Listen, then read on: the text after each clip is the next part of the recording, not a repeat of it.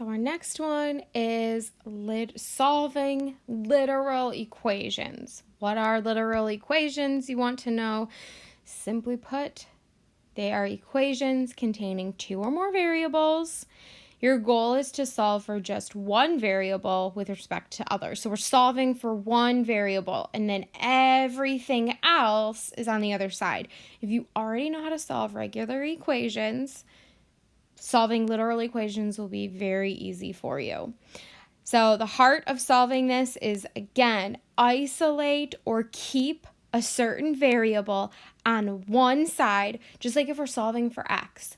We want x on one side and everything else on the other side. Or if we're solving for y, we keep y on one side and everything else on the other side. Don't be intimidated because you see different letters involved. If I say solve for r, don't get intimidated. It's the same exact thing that you've done. Keep x on one side or r on one side, and everything else, no matter how ugly it looks, goes on the other side.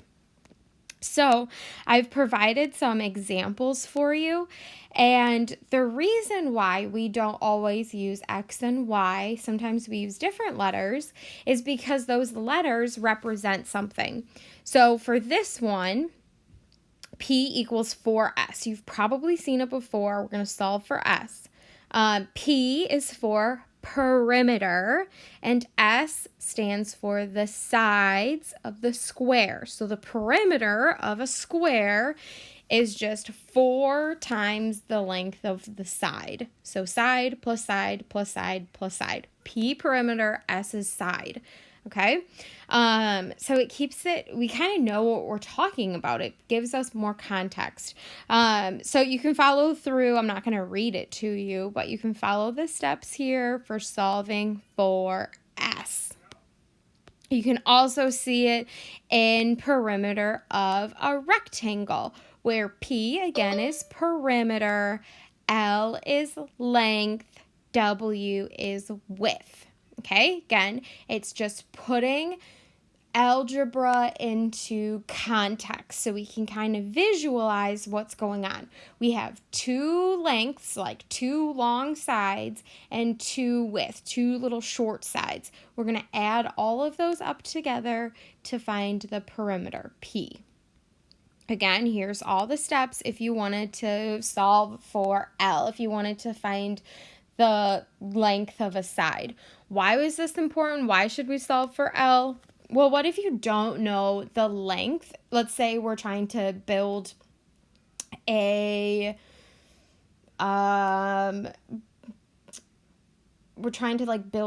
fence outside. Okay, we know the perimeter is 25 feet. We know the width of our yard is 8 feet.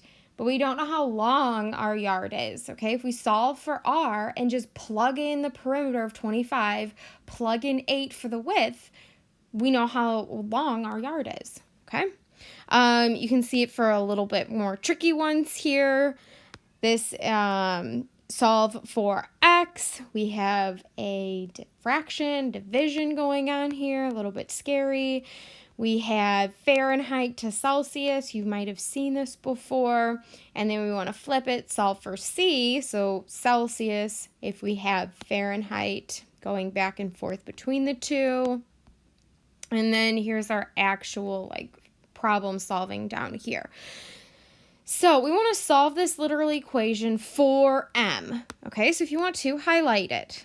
Okay, M, we're solving for M. We want everything to be on the other side. So what am I going to do? I'm going to move everything to the other side. I can easily move this 8 over. I can subtract 8 to both sides. Okay, so negative T M equals R minus 8. Again, I want M by itself. So right now I have negative T times M. How do I get T to the other side? Pretend it's like a negative 2. How would I move that negative 2 to the other side? I would divide by negative 2. So I'm going to divide by negative T to both sides. So M equals R minus 8 divided by negative T.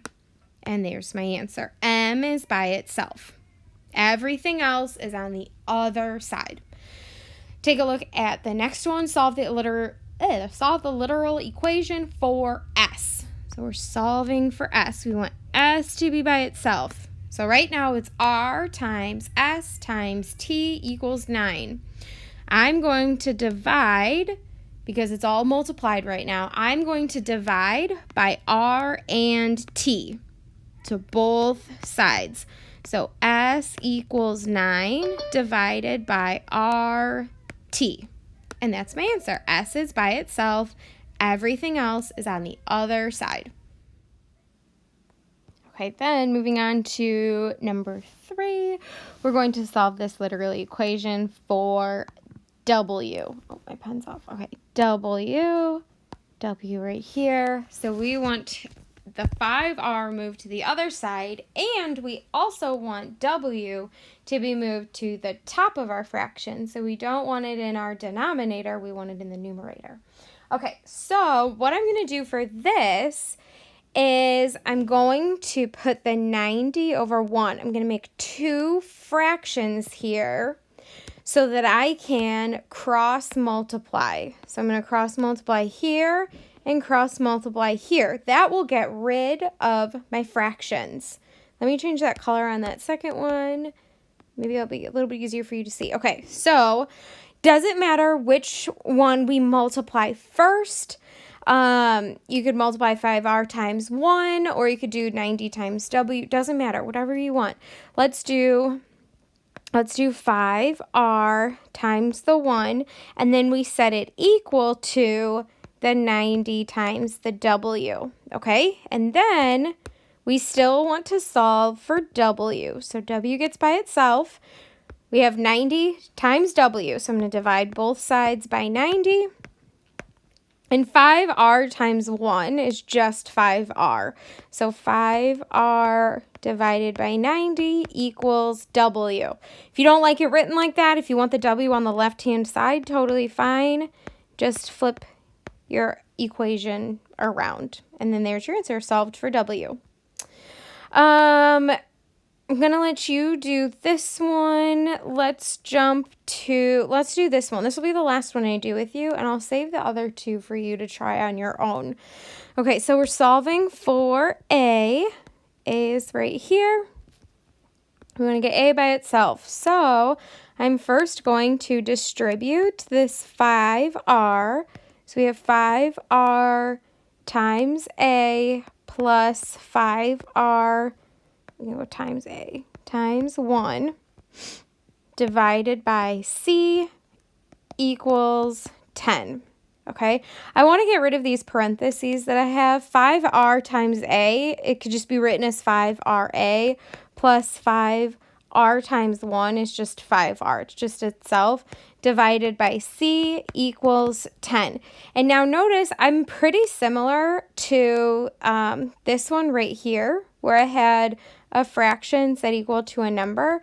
So I'm going to try cross multiplying yet again. So I'm going to make this 10 over 1, and we'll cross multiply. Change colors. We'll cross multiply all this and times by this. So we have 10C equals 5RA plus 5R times 1. So if we times by 1, it's really just itself. So 10C equals 5RA plus 5R. Okay, still solving for A, so let me re-highlight that so it's clear. Okay, we want everything to be on the other side. Maybe I'll flip this. I'm actually going to flip this around right now because I really want the A to be on the left-hand side. I don't like it to be on the right-hand side, so solving for A. So I'm going to subtract 5R from both sides. So 5RA equals 10C minus 5R. And then still want the A by itself. So we'll divide by 5R to both sides. And then A equals 10C minus 5R divided by 5R. And if you really want to get specific, I would definitely accept this answer. I would be so happy that you got here. But if you really want to take it a step further, if you love math, you might be able to see that you can actually reduce this fraction. You can go A equals 5. I'm reducing that 10. I'm dividing by, not 5.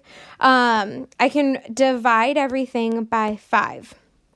So if I divide by 5, this crosses out to a 1. Divide by 5, this is 1. Divide by 5, this would be 2. So we have 2c minus r over r is actually our answer. Okay, I'm going to let you do the last two on your own.